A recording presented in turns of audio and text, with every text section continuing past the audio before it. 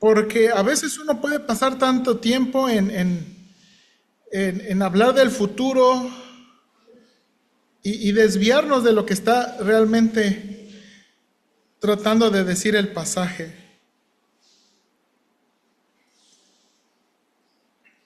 ¿Pueden ver mi pantalla? ¿Sí se ve? Ok, de nuevo. Vamos a leer, hermanos, de nuevo. Yo sé que ya lo leímos una vez. Quiero volverlo a leer y ir directamente,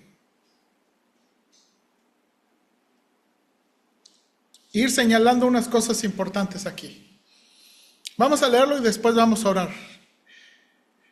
Sígame ahí con su vista. Dice, saliendo Jesús del templo, le dijo uno de sus discípulos, Maestro, mira qué piedras y qué edificios. Jesús respondiendo le dijo, ¿ves estos grandes edificios? No quedará piedra sobre piedra que no sea derribada. Y se sentó en el monte de los olivos frente al templo, y Pedro, Jacobo, Juan y Andrés le preguntaron aparte, dinos, ¿cuándo serán estas cosas? ¿Y qué señal habrá cuando todas estas cosas hayan de cumplirse? Y como dijimos en la escuela dominical, hermanos, lo que estaban preguntando los discípulos era cuándo iban a cumplirse esta destrucción del templo. ¿Se acuerda? ¿Cuándo va a cumplirse esta destrucción del templo? Jesús respondiéndole comenzó a decir, hermanos, de aquí quiero su atención. Yo puse y marqué, traté de marcar todos los mandamientos que tiene este pasaje. Los señalé en rojo y los puse con letra blanca. De aquí en adelante vamos a ver todos los mandamientos que tiene este pasaje. Y hermanos, cuando a veces tendemos a perdernos en los detalles y no poner atención en los mandamientos. Si el Señor tiene mandamientos aquí, ¿usted cree que hay que hacerle caso? Y hermanos, ¿dónde está el énfasis del pasaje?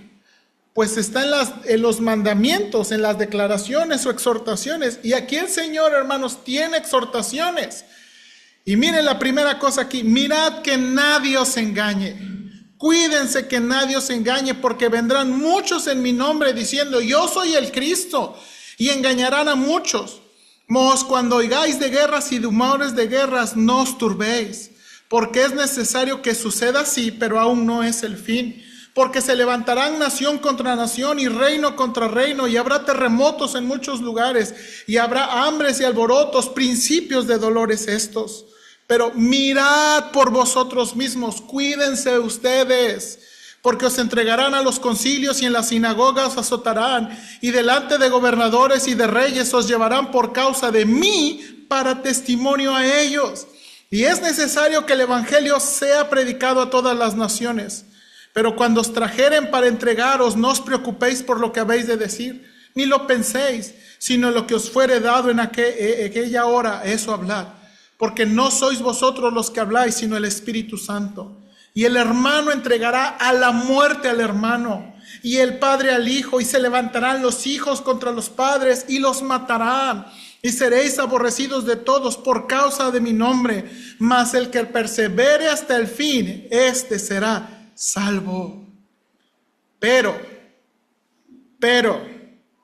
cuando veáis la abominación desoladora de que habló el profeta Daniel, puesta donde no debe estar, el que lee entienda, entonces los que estén en Judea huyan a los montes, y el que esté en la azotea no descienda a la casa ni entre para tomar algo de su casa, y el que esté en el campo no vuelva atrás a tomar su capa.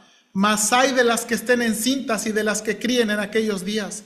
Orad pues que vuestra huida no sea en invierno, porque aquellos días será de tribulación, cual nunca ha habido desde el principio de la creación que Dios creó, hasta este tiempo ni la habrá. Y si el Señor no hubiese acortado aquellos días, nadie sería salvo, mas por causa de los escogidos que Él escogió, acortó aquellos días. Entonces, si alguno dijere, mirad, aquí está el Cristo, o mirad, allí está, no le creáis. Porque se levantarán falsos cristos y falsos profetas y harán señales y prodigios para engañar, si fuese posible, aún a los escogidos. Mas vosotros mirad, cuídense, os lo he dicho todo antes. Pero en aquellos días, después de aquella tribulación, El sol se oscurecerá y la luna no dará su resplandor, y las estrellas caerán del cielo, y la potencia que está en los cielos será conmovida.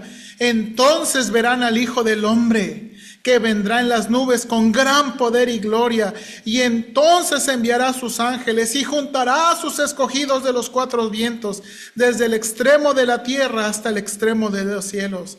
De la higuera aprended la parábola.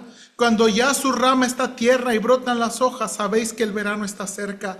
Así también vosotros, cuando veáis que suceden estas cosas, conoced que está cerca las puertas.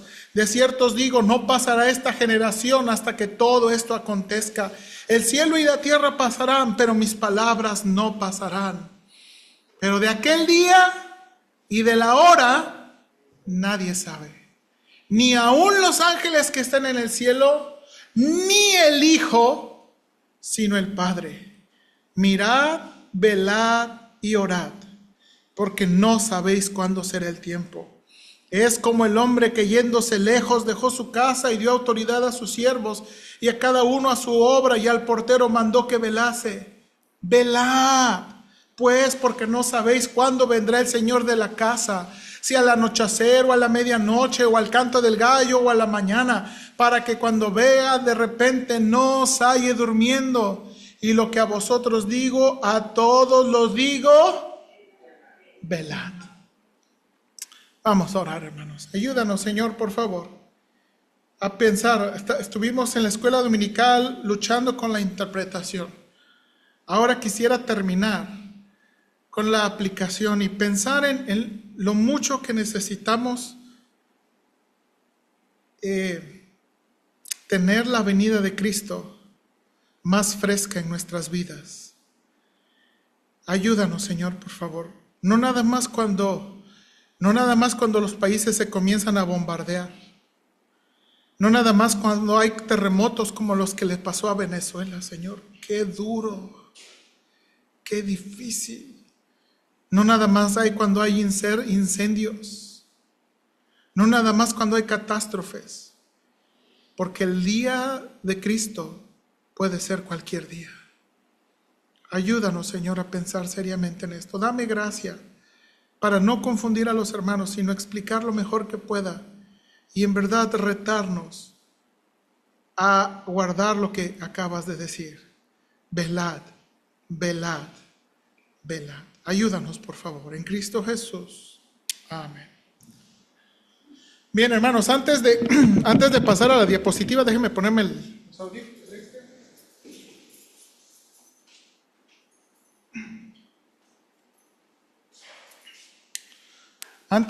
Antes de ya pasar a la diapositiva, ¿se dio cuenta dónde están los mandamientos principales? O bueno, ¿dónde están los mandamientos?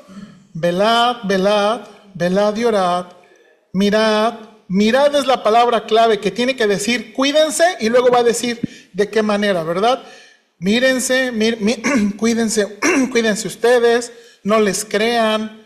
Entonces, ahí está la exhortación principal y hay muchos detalles, como dijimos. Este pasaje, hermanos, tiene dos eventos principales. Tiene la destrucción del templo y la venida de Cristo, ¿verdad? Ahora, voy a poner la diapositiva para...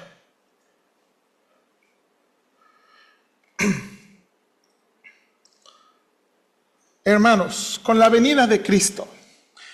Vimos, hermanos, de nuevo, la exhortación es mirad, la exhortación es velad. Y fíjese que nos acaba de pasar algo muy interesante con el asunto de velad. El hermano Ortega sugería unas cosas. Le pedimos a una de nuestras amigas que si podíamos llegar a su casa en Phoenix para descansar.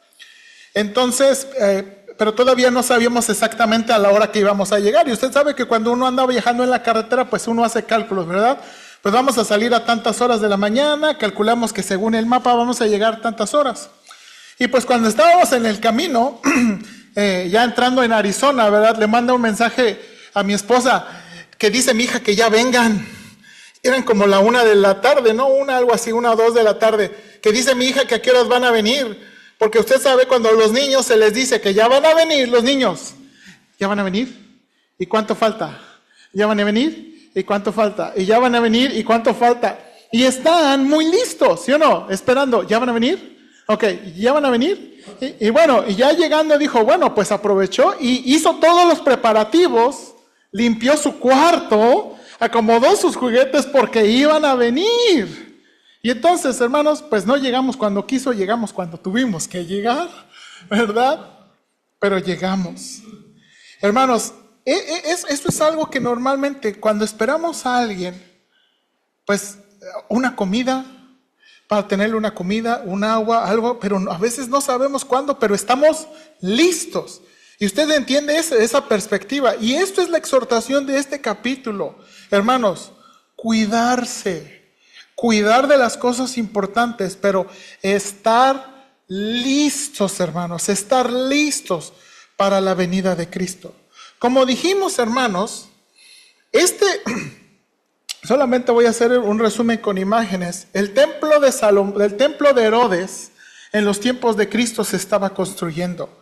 Si usted puede ver en la diapositiva trata de ilustrar, ¿verdad? Trabajadores levantando piedras, construyendo los edificios. Y esto es lo que probablemente llegó a ver un poquito el Señor Jesucristo. Después de ese tercer día, de muchas confrontaciones con los líderes religiosos, sale del templo y sus discípulos le dicen que miren la hermosura del templo. El Señor Jesucristo les dice que esos edificios y esas piedras no va a quedar ni una. Después, hermanos, de frente, si uno caminara de frente del templo, uno encontraría el Monte de los Olivos. ¿Okay?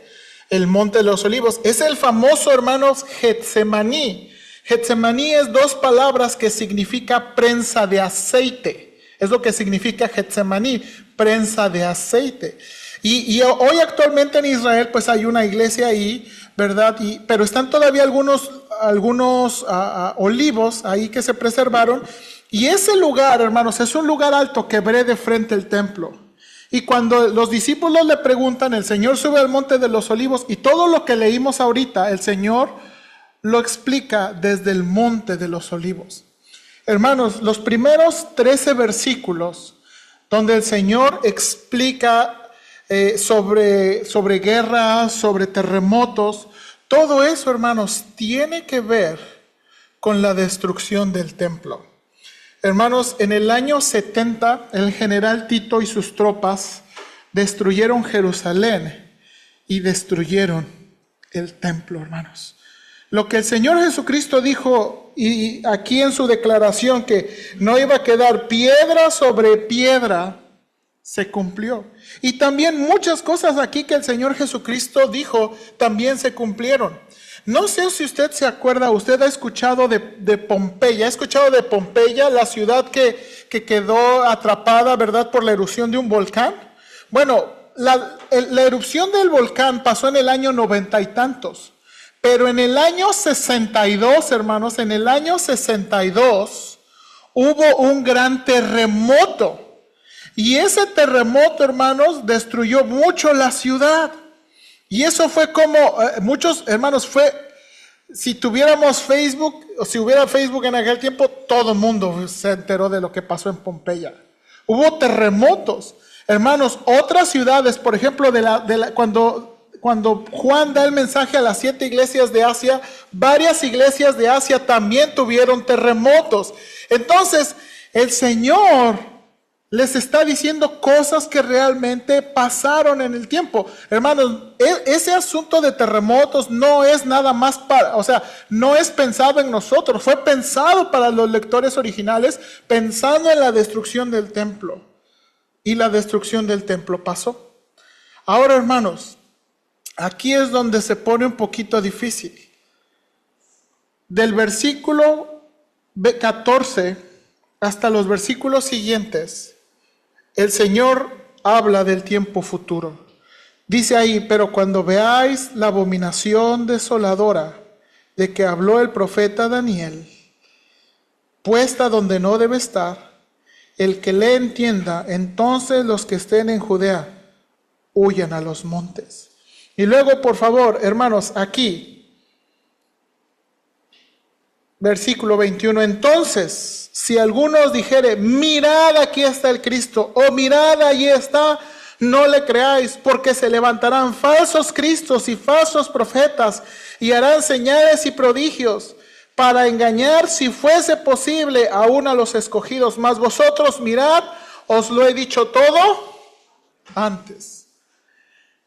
Hermanos, sospechamos que los apóstoles y los primeros cristianos mezclaron el mensaje y pensaron que la destrucción del templo era la indicación de la venida de Cristo. ¿Ok? Ahora, usted va a decir, ay, pues, que no leyeron bien. La realidad, hermanos, es que lo más cerca que estamos de la venida de Cristo, lo más que estamos entendiendo. Todos nosotros somos muy privilegiados, hermanos, porque podemos entender mejor. Pero parece ser, hermanos, que mezclaron. Ahora, ¿cómo lo sé? Hay un hombre que nos ayuda mucho, se llama Josefo, que está ahí en la diapositiva. Él escribió 2 libros. Él escribió La Guerra de los Judíos, donde describe la revuelta judía, la destrucción del templo y el asedio de Masada.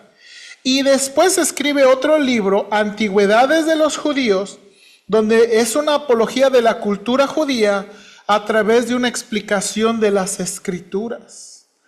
Hermanos, la expectativa de la venida de Cristo, de nuevo, la destrucción de Jerusalén y la venida de Cristo o de otros Cristos, ya era algo común. Ya era algo común. De hecho, hermanos, en el libro de Hechos tenemos este pasaje. Hechos 5:36. Porque antes de estos días se levantó Teudas diciendo que era alguien. A este se unió un número como de 400 hombres, pero él fue muerto y todos los que le obedecían fueron dispersados y reducidos. ¿Se acuerda quién está diciendo este versículo? Hermanos, este es Gamaliel, el maestro de Pablo. ¿Se acuerda que Pablo fue instruido a los pies de Gamaliel? Gamaliel, después de que, hermanos, los judíos habían azotado a Juan y a Pedro y habían tenido tanto conflicto, ¿se acuerda? Y un ángel los liberó y se espantaron y todo. Bueno, Gamaliel les dice, miren, antes se levantó un Teudas diciendo que era... Hermanos, había otras personas que ya se sentían o se decían los liberadores de Israel. Y eso era decirse ¿qué? Ser el Mesías, ser el Cristo. Acuérdese que Cristo y Mesías es un título, no es un nombre, ¿verdad? No es un nombre. El Cristo es el ungido, el Mesías igual es el ungido, solamente que Cristo está en griego, Mesías está en hebreo, pero es un título. Entonces, cuando alguien se proclamaba el Cristo, estaba hablando, yo soy el escogido. Y entonces parece ser, hermanos, que aquí Gamaliel dice, mira, se levantó uno llamado Teudas, que decía que era alguien, a este se le un número de... Pero se murió y todos se dispersaron. Está diciendo, si este Cristo, si este Jesús Nazareno es igual, déjenlo. Pero les dice, pero si esto es de Dios, cuídense, porque no sea que se hallen luchando contra Dios. ¿Ok? Ahora, hermanos, en la historia, Josefo, miren lo que dice Josefo. En sus antigüedades, él relata sobre un Teudas. Y miren lo que dice aquí. Por otro lado, en las fechas en que Fado era procurador de Judea, un mago de nombre Teudas procuró persuadir a una masa infinita de personas a que recogieran sus pertenencias y lo siguieran hasta el río Jordán, pues le decía que era un profeta y les aseguró que a una orden suya se abrirían las aguas del río y que de esta manera les haría fácil el cruce. Y con estas palabras embaucó a muchos. Fado, sin embargo, no le dejó que disfrutaran de su necedad, sino que envió un escuadrón de caballería que cayó sobre ellos de una manera inesperada, aniquiló a muchos e hizo prisionero a otros. Y al propio Teudas, a quienes cogieron vivo, le cortaron la cabeza y la llevaron a Jerusalén. Ya se habían levantado personas. Ahora, hermanos, aquí hay un detalle. Este Teudas parece ser que es o un Teudas diferente, porque los años no coinciden. Gamaliel está escribiendo antes del 40 y tantos. Y este Teudas está apareciendo en el 40 y tantos. O sea, ¿se acuerda? El Teudas apareció antes de Cristo. Y este Teudas es otro. Entonces, hay un detalle. Yo no creo que Lucas se equivocó. Yo creo que aquí Josefo se equivocó con las fechas, o nos está hablando de otro liberador que tiene el mismo nombre del escrito bíblico. Lo relevante para nosotros, hermanos, es que ya había ciertos personajes. ¿Ok? Tengo otra pista. Cuando, hermanos, en Hechos 23, Hechos 21, ¿se acuerda cuando apresan a Pablo? ¿Se acuerdan que porque acusaron a Pablo de haber metido gentiles al templo? ¿Se acuerda que se alborota la multitud y lo quieren matar?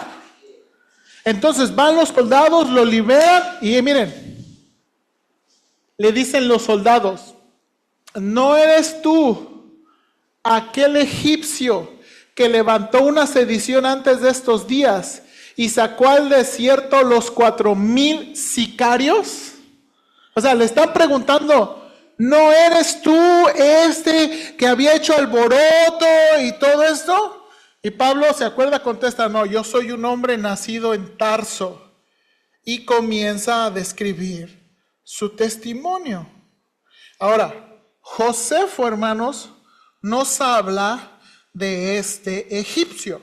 En sus antigüedades dice: resultó aquí que las fechorías cometidas por los bandidos llenaron la ciudad de tal suerte de sacrílegos, mientras los brujos y falsarios se esforzaban por persuadir a las masas a seguirlos al desierto, puesto que, según aseguraban, les mostrarían prodigios y señales claros que iban a producirse por prescripción divina.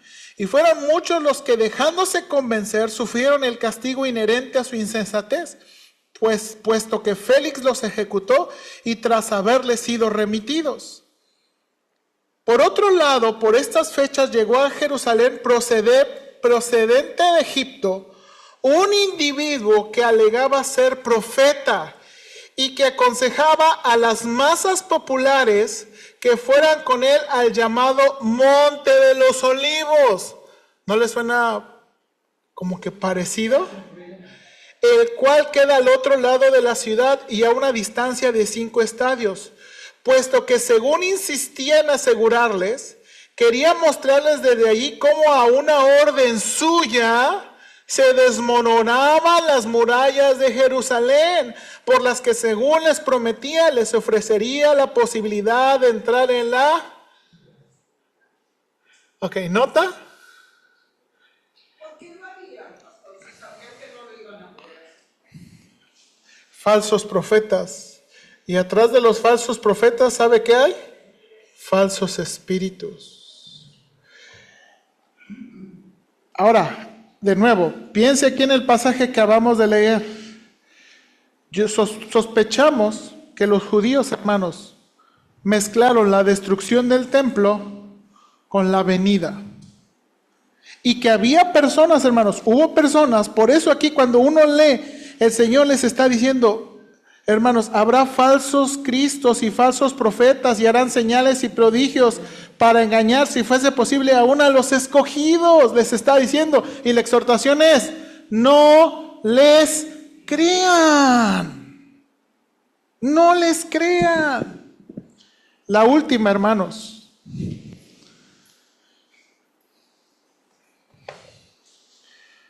En el 70, muchos judíos estaban en el templo. Y muchos judíos murieron, hermanos. Y muchos, ¿por qué? Porque ¿cuál era la expectativa judía? Y ellos tenían la promesa de un hijo de David, ¿sí o no? Cuando, hermanos, no es casualidad que le gritan a Cristo, Hosana, hijo de David. ¿Se acuerda que Hosana significa sálvanos? Sálvanos. Eso significa Hosana, sálvanos, sálvanos. La expectativa judía, hermanos, era un libertador, un libertador. Entonces, imagínense, está todo el ejército romano otra vez asediando el templo. No es la primera vez que pasa. Otra vez están asediando el templo y los judíos se están resistiendo. Pero en el día final, hermanos, en el día del día final, mire lo que pasó. Dice Josefo: después de la destrucción de la Torre Antonia, los judíos hicieron cuadrado el templo, aunque en sus escrituras constaba que la ciudad y el templo serían conquistados cuando el templo estuviera forma cuadrada. Pero lo que más les impulsó a hacer la guerra fue un oráculo ambiguo, contenido también en sus libros sagrados, según en aquella época un personaje de su país regiría el mundo. Mire lo que está escribiendo Josefo. Mire, dice, los judíos quisieron hacer la guerra, ¿por qué? Porque un personaje de su país regiría el mundo. Ellos creían que se trataba de alguien de su raza. Y muchos sabios se equivocaron en su interpretación, dice Josefo, ya que el oráculo se refería al principado de Vespasiano, quien había sido proclamado emperador. Dice Josefo, los judíos se equivocaron. No estaba hablando de Jesús, estaba hablando del emperador romano. Y lo que pasó, hermanos, es que un profeta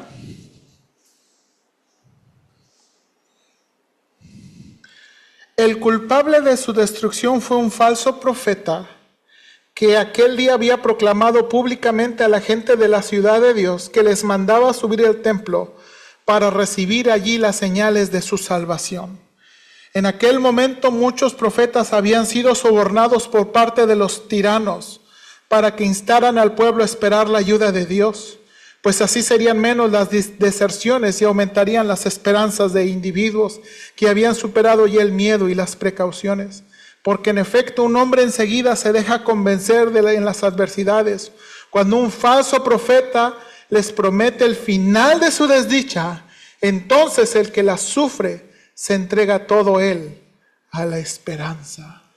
Y lo que pasó, hermanos, es que los falsos profetas y un falso profeta les dijo: suban al templo, Dios va a mandar liberación.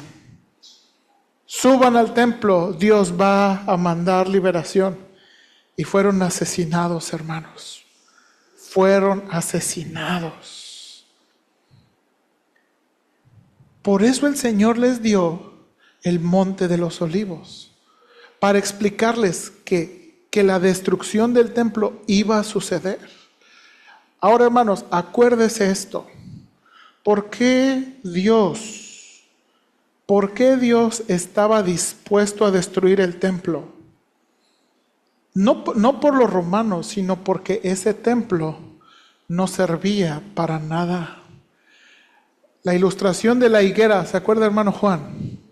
La ilustración de la higuera es que era un templo lleno de hojas, lleno de actividades, lleno de cosas, porque había sacrificios, había rituales, había ofrendas, ¿se acuerda? ¿Verdad? Que los ricos llegaban y echaban en los costales.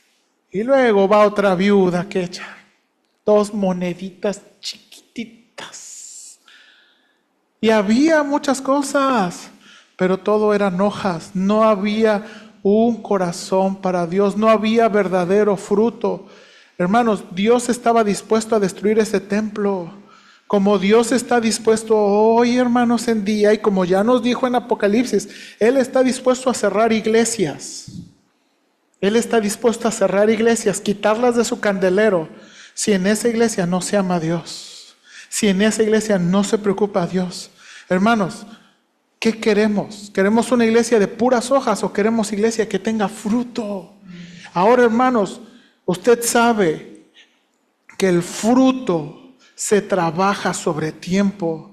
Hermanos, el Señor le encantaba la ilustración de los frutos. Le encantaba la ilustración. ¿Por qué? Porque los frutos toman tiempo, se requiere trabajo, se requiere esfuerzo. Hermanos, es difícil que los medios humanos y los medios carnales produzcan el fruto que solamente el Espíritu Santo puede causar. Y es difícil hacerlo de una semana a otra. Hermanos, no cambiamos así. No cambiamos así, no cambiamos de una semana a otra. Es por la constancia permanente en la palabra, en la oración, en la comunión, en la exhortación unos con otros, la que el fruto se va produciendo. Pero podemos dejarnos engañar y podemos, hermanos, hay que tener cuidado. Yo ya les había dicho, no sé si recuerdan, hermanos, el verano pasado yo les dije, hermanos, yo quiero tener cuidado como pastor de las actividades del verano para no darnos la sensación de que estamos haciendo algo. ¿Por qué, hermanos? Porque hay una trampa. No estoy diciendo que está mal, por favor, no me vaya a malinterpretar. No digo que está mal, pero las iglesias comúnmente en el verano tienen escuelitas bíblicas de verano, campamento de jóvenes y se llenan de actividades. Y no estoy diciendo que está mal. El problema de esas actividades es darnos la sensación, hacerlas nada más, por darnos la sensación de que estamos haciendo algo. Porque el chiste no es hacer algo. El punto no es hacer algo. El punto es ver el fruto del Espíritu Santo y del Señor en la vida de las personas. No es, hermanos, no nos interesan números. No nos interesa dinero, no nos interesa actividad, es el discipulado. Y usted y yo nos hemos dado cuenta que el discipulado toma tiempo. La confianza no se desarrolla de una semana a otra, toma tiempo. Entonces hay que tener cuidado. Y esto es lo que pasó, hermanos. Dios permitió la destrucción del templo porque era un problema, hermanos. Porque Dios no estaba ahí. Ahora, hermanos, ¿el problema sobre la venida de Cristo se ha acabado? El problema, porque los judíos, de nuevo, muchos murieron. Déjenme darle dos ejemplos. William Miller. William Miller escribió en su Apology and Defense en 1845. Publiqué mi creencia de que en algún momento entre el 21 de marzo de 1843 y el 21 de marzo de 1844 el Señor vendría. Y luego en 1844 el predicador millerista Samuel S. Snow proclamó que Cristo regresaría el 10º día del 7º mes, fecha que el movimiento identificó como el 22 de octubre de 1844. La fecha llegó, pero Cristo, y se le llamó el gran fiasco. Después se convirtieron en los adventistas del 7º día.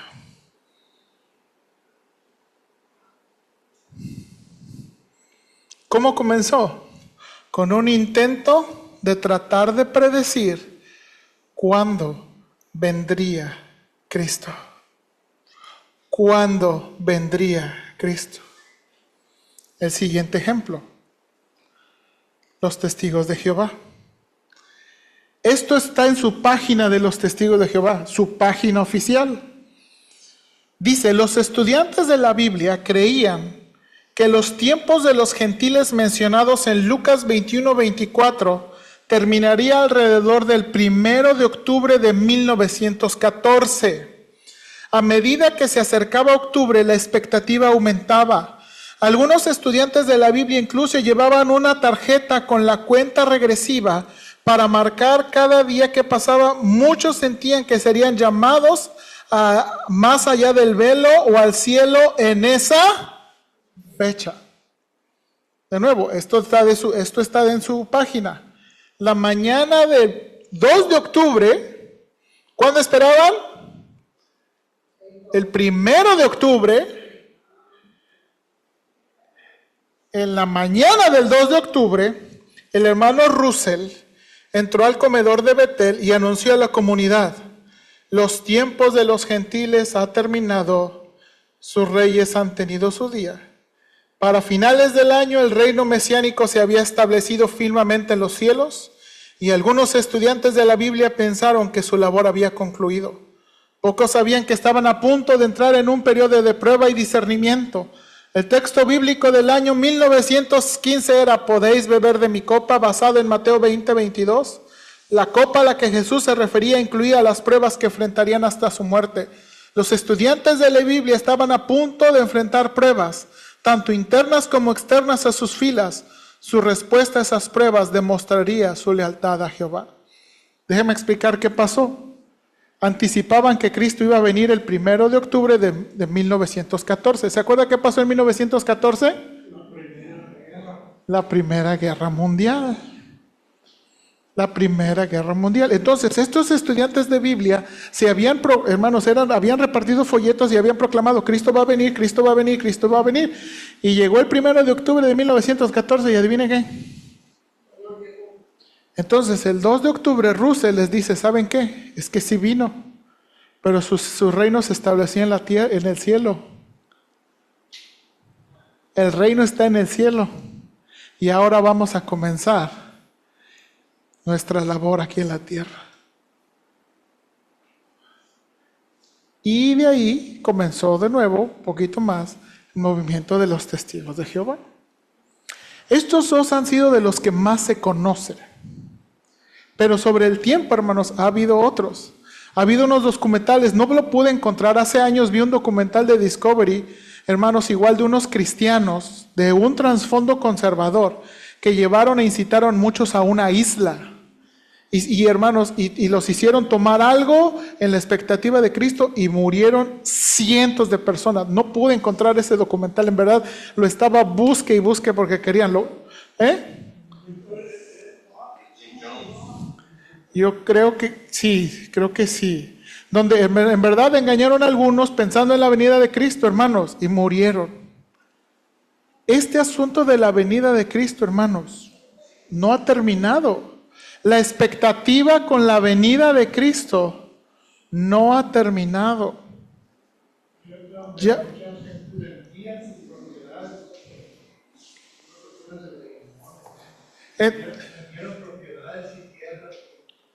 Sí.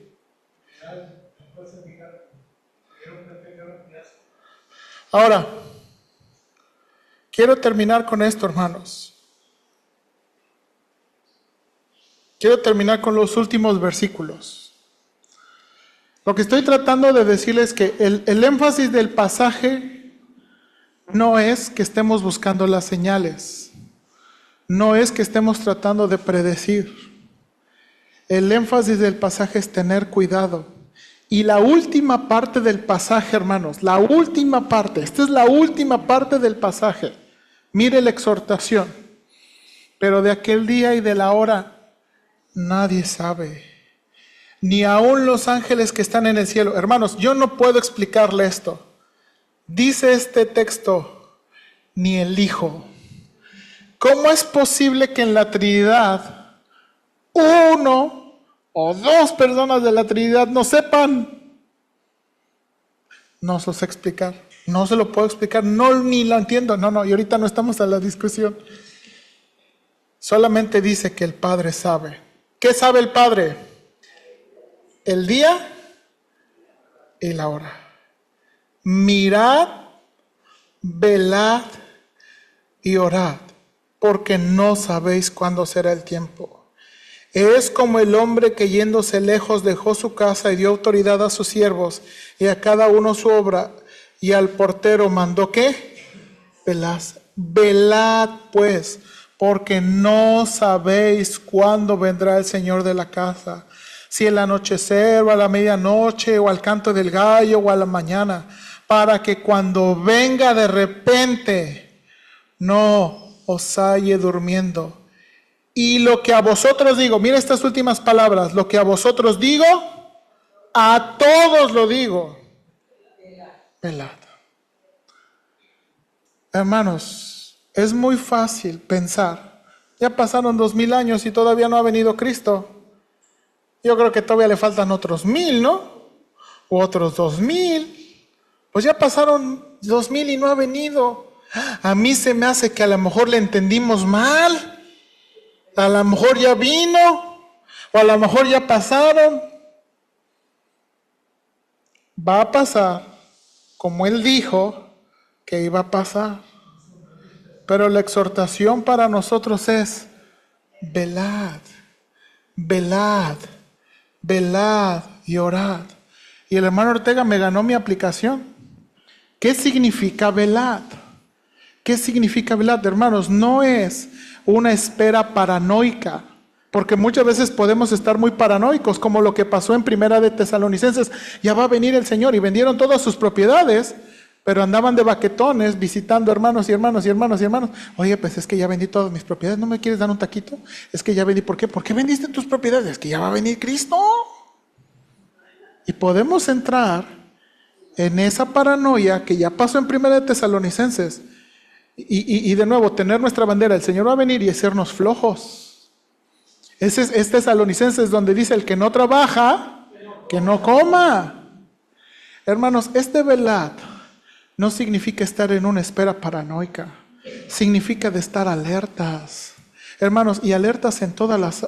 Eso no significa, hermanos, que no tenemos que trabajar, pero tenemos que trabajar con la conciencia de ¿qué? De que Cristo puede venir. Eso no significa que no tenemos que invertir. Eso no significa que no tenemos que planear, pero tenemos que estar muy conscientes y continuar y mantener y pensar que vale la pena, hermanos. Vale la pena, y debemos tener cuidado por nosotros mismos para que el mundo no nos envuelva, ¿verdad? Para que, hermanos, nuestra pereza no nos envuelva, para el pecado no nos envuelva. Estar alertas, alertas. Hermanos, el mundo se está convirtiendo a veces en hostil al cristianismo. ¿No se ha dado cuenta que cuanto más se está volviendo el cristianismo, cuanto más se está volviendo hostil a la familia tradicional, cuanto más se está volviendo hostil a las ideas bíblicas? Hermanos, tenemos velad también, y dijo el Señor: mirad por vosotros mismos. Hermanos, ¿qué pasaría si en verdad hubiera persecución? ¿A cuántos de nosotros no nos quebrarían? Hermanos, yo me puse a pensar en el posgrado, el pastor Mini leyó ese pasaje y dijo: ¿cuánto se necesita para quebrarte a ti?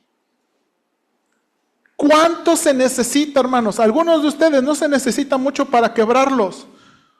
Un amigo inconverso, una amiga inconversa, una familia inconversa, y los quiebra de negar a Cristo. ¿Cuánto se necesita para quebrarnos? A veces un pecado, a veces son mal hábitos, nos quiebran de negar a Cristo. ¿Cuánto se necesita para quebrarnos? Hermanos, me dio miedo. No sé usted, pero me da miedo. Porque ¿qué tal si alguien le hace algo a mi esposa? ¿Qué tal si alguien atenta contra mis hijos? ¿Me va a quebrar a negar a Cristo? ¿Me va a quebrar de negar a Cristo? Si alguien me amenaza, deja de predicar, ¿me va a quebrar? ¿Cuánto se necesita, hermanos? ¿O qué se necesita para quebrarlo a usted? Por eso el Señor nos está diciendo: velad y orad. Velad y orad. Hermanos, ustedes saben, Dios sabe y ustedes saben, yo soy miedoso. Yo soy miedoso. Yo le pido al Señor: dame valor. Dame valor. Dame valor cuando se necesita, porque sí soy miedoso. Yo no soy de valientón y... No. Yo soy miedoso. Dame valor, Señor. Dame valor para no negarte. Dame valor para perseverar. Dame valor.